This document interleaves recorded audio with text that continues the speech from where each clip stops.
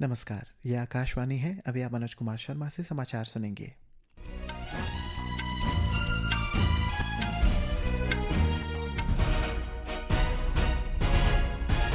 पहले मुख्य समाचार। बिहार विधानसभा चुनाव के पहले चरण में 121 निर्वाचन क्षेत्रों में मतदान सुचारू रूप से जारी। दोपहर 1 बजे तक 42% से अधिक मतदान। दूसरे चरण के प्रचार में तेजी। एनडीए, महागठबंधन और अन्य दलों के नेता निर्वाचन क्षेत्रों का दौरा कर रहे हैं। आईएनएस इक्षक का आज कोची नौसेना अड्डे पर जलावतरण किया जाएगा। इजरायल ने कहा वो अपने नियंत्रण वाले गाजा के इलाकों में हमास लड़ाकों और सुरंगों को ध्वस्त करने जारी रखेगा। फिलीपींस के राष्ट्रपति फर्डिनेंड मार्कोस जूनियर ने तूफान कालमेगी के बाद आपातकाल की घोषणा की। तूफान में 114 लोग मारे गए और सैकड़ों लापता। और क्वींसलैंड में भारत के साथ 5 टी20 अंतर्राष्ट्रीय क्रिकेट मैचों की श्रृंखला के चौथे मुकाबले का दौर अभी जारी। अब समाचार विस्तार से। बिहार विधानसभा चुनाव के पहले चरण में 18 जिलों की 121 सीटों पर मतदान जारी है। दोपहर 1 बजे तक 42% से अधिक मतदान की खबर है। सबसे अधिक मतदान गोपालगंज जिले में लगभग 47% दर्ज किया गया। राज्य में कई बड़े नेता मतदान में हिस्सा ले रहे हैं। मुख्यमंत्री नीतीश कुमार ने पटना जिले के बख्तियारपुर में तथा उप मुख्यमंत्री और तारापुर सीट के भाजपा उम्मीदवार सम्राट चौधरी ने मुंगेर में वोट डाला। भाजपा नेता और केंद्रीय गृह राज्य मंत्री नित्यानंद राय और उनकी पत्नी ने हाजीपुर में मतदान केंद्र पर वोट डाले। विकासशील इंसान पार्टी प्रमुख और महागठबंधन के उप मुख्यमंत्री पद के चेहरे मुकेश सहनी ने भी दरभंगा में मतदान किया। पटना, वैशाली, नालंदा, भोजपुर, मुंगेर, सारण, सिवान, बेगूसराय, लखीसराय, गोपालगंज, मुजफ्फरपुर, दरभंगा, माधेपुर और सहरसा में वोट डाले जा रहे हैं। सुबह 7 बजे शुरू हुआ मतदान शाम 6 बजे तक चलेगा। हालांकि सुरक्षा कारणों में सिमरी, बख्तियारपुर, महिषी, तारापुर, मुंगेर, जमालपुर और सूर्यगढ़ा विधानसभा क्षेत्र में 56 केंद्रों पर मतदान शाम 5 बजे तक समाप्त होगा। स्वतंत्र, निष्पक्ष और शांतिपूर्ण मतदान सुनिश्चित करने के लिए सुरक्षा के व्यापक इंतजाम किए गए हैं। बिहार के मुख्य चुनाव अधिकारी ने आज विधानसभा चुनाव के पहले चरण के दौरान कुछ मतदान केंद्रों पर जानबूझकर बिजली कटौती के राष्ट्रीय जनता दल के आरोपों को खारिज कर दिया है। मुख्य चुनाव अधिकारी ने इन दावों पर पूरी तरह निराधार और भ्रामक बताया है। प्रधानमंत्री नरेंद्र मोदी ने मतदाताओं से बिहार विधानसभा चुनाव के पहले चरण में उत्साहपूर्वक भाग लेने की अपील की। श्री मोदी ने पहली बार वोट डालने वाले युवाओं मतदाताओं को बधाई भी दी है। बिहार विधानसभा चुनाव के दूसरे चरण के लिए प्रचार ने जोर पकड़ लिया है।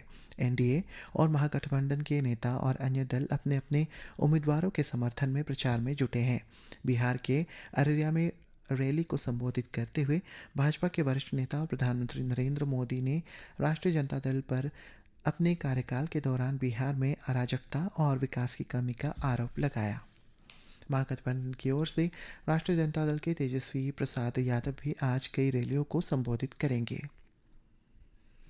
भारतीय नौसेना कोची स्थित नौसेना अड्डे पर इक्षक जहाज को औपचारिक रूप से आज सेवा में शामिल करेगी।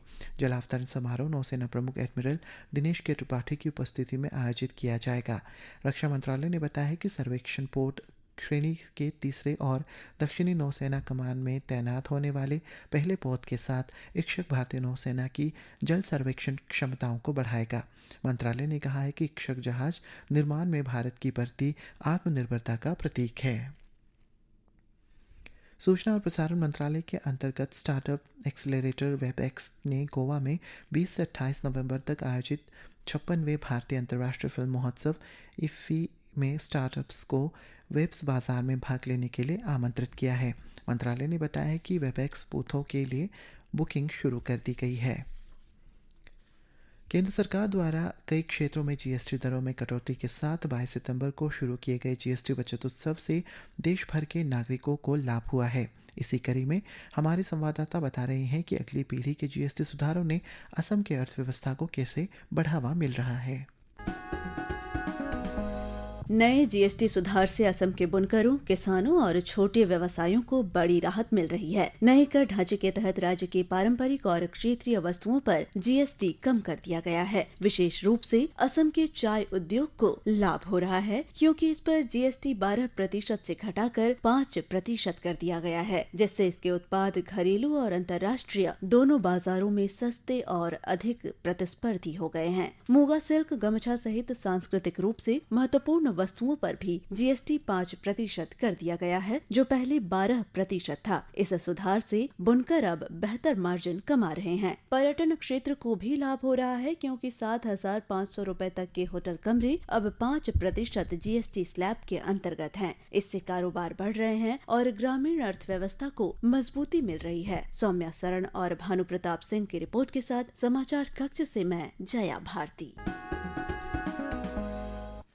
इजरायल के रक्षा मंत्री इजराइल कात्स ने कहा है कि सेना गाजा में इजरायल के नियंत्रण वाले क्षेत्रों में हमास के आतंकवादियों का सफाया और उनकी सुरंगों को नष्ट करना जारी रखेगी। श्री कात्स की टिप्पणी कल इन खबरों के बीच आई है जिनमें कहा गया था कि अमेरिका ने इजरायल के रफा में फंसे हमास आतंकवादियों को उनके नियंत्रण वाले क्षेत्रों में लौटने की अनुमति देने का आग्रह किया है।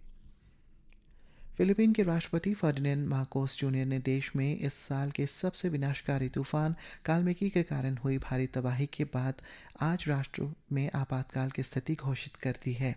इस तूफान के कारण मध्य प्रांतों में लगभग 114 लोगों की मृत्यु हुई है, जबकि सैकड़ों लोग अभी लापता है। सबसे ज़्यादा तबाही देश के सबसे अधिक आबादी वाले केंद्रीय द्वीप सेबू पर हुई है। क्वींसलैंड में चौथे टी20 अंतर्राष्ट्रीय क्रिकेट मैच में ऑस्ट्रेलिया टीम ने बल्लेबाजी करते हुए ताज़ा समाचार मिलने तक 13वें ओवर में 4 विकेट के नुकसान पर 96 रन बना लिए हैं। इससे पहले भारत ने ऑस्ट्रेलिया टीम को 168 रनों का लक्ष्य दिया है। 5 मैचों की श्रृंखला में भारत और ऑस्ट्रेलिया ने एक मैच जीता है। प्रधानमंत्री नरेंद्र मोदी ने कल लोक कल्याण मार्ग स्थित अपने आवास पर महिला विश्व कप विजेता खिलाड़ियों की मेज़बानी की। श्री मोदी ने महिला क्रिकेट टीम को उनकी जीत पर बधाई दी और टूर्नामेंट की उनकी शानदार वापसी की सराहना की। भारत की कप्तान हरमनप्रीत कौर ने कहा है कि ये हमारे लिए गौरव की बात है कि हम इस बार आपके पास ट्रॉफी के साथ आए हैं। मौसम विभाग ने आज तमिलनाडु, पुदुचेरी और कराईकल में कुछ स्थानों पर तेज बारिश और गरज के साथ छींटे पड़ने का अनुमान व्यक्त किया है। इस बीच राष्ट्रीय राजधानी क्षेत्र में वायु गुणवत्ता बेहद खराब श्रेणी में दर्ज की गई है। शेयर बाजार के सेंसेक्स और निफ्टी में आज दोपहर के कारोबार में मिला जुला रुख देखने को मिला। अंतिम समाचार मिलने तक सेंसेक्स 40 अंक बढ़कर 83,499 पर पहुंचा, जबकि निफ्टी 26 अंक गिरकर 25,571 पर आया है। कॉर्पोरेट मामलों के राज्य मंत्री हर्ष मल्होत्रा ने घोषणा की है कि इस महीने की 16 तारीख को नई दिल्ली में सांसद खेल महोत्सव के अंतर्गत नमो रन मैराथन का आयोजन किया जाएगा। सांसद खेल महोत्सव का उद्घाटन करते हुए श्री मल्होत्रा ने कहा है कि खेल महोत्सव के लिए लगभग 30,000 प्रतिभागियों ने पंजीकरण कराया है। उन्होंने बताया है कि इसका आयोजन 3 चरण में होगा, जिसमें भारतीय पारंपरिक खेलों के साथ ओलंपिक में शामिल खेलों को भी टूर्नामेंट आयोजित किए जाएंगे। इस आयोजन में एथलेटिक्स, कबड्डी, खो खो, वॉलीबॉल, कुश्ती, फुटबॉल और अन्य खेलों सहित विभिन्न खेल विधाओं को 11 प्रतियोगिताएं होंगी, जिनमें विभिन्न आयु वर्गों के लड़के और लड़कियों की भागीदारी सुनिश्चित की जाएगी। इस अवसर पर श्री मल्होत्रा ने कहा है कि महोत्सव का उद्देश्य न केवल खेल और फिटनेस को बढ़ावा देना है, बल्कि वास्तविक प्रतिभा की पहचान करना और उसे प्रोत्साहित करना भी है, जिससे युवाओं को एक मजबूत राष्ट्र के निर्माण की दिशा में मार्गदर्शन मिल सके। श्री मल्होत्रा ने कहा है कि असाधारण प्रदर्शन करने वालों को जिला और राज्य एवं राष्ट्रीय स्तर की प्रतियोगिताओं के लिए सहयोग और मार्गदर्शन भी प्रदान की जाएगी। और अंत में मुख्य समाचार एक बार फिर। बिहार विधानसभा चुनाव के पहले चरण में 121 निर्वाचन क्षेत्रों में मतदान सुचारू रूप से जारी। दोपहर 1 बजे तक 42% से अधिक मतदान दर्ज। दूसरे चरण के प्रचार में तेजी। एनडीए, महागठबंधन और अन्य दलों के नेता निर्वाचन क्षेत्रों का दौरा कर रहे हैं। आईएनएस इक्ष्क का आज कोची नौसैनिक अड्डे पर जलावतरण किया जाएगा। इजरायल ने कहा वो अपने नियंत्रण वाले गाजा के इलाकों में हमास लड़ाकों और सुरंगों को ध्वस्त करना जारी रखेगा। फिलीपीन के राष्ट्रपति फर्डिनेंड मार्कोस जूनियर ने तूफान कालमेगी के बाद आपातकाल की घोषणा की। तूफान में 114 लोग मारे गए और सैकड़ों भी लापता है। इसी के साथ ये समाचार बुलेटिन समाप्त हुआ। नमस्कार।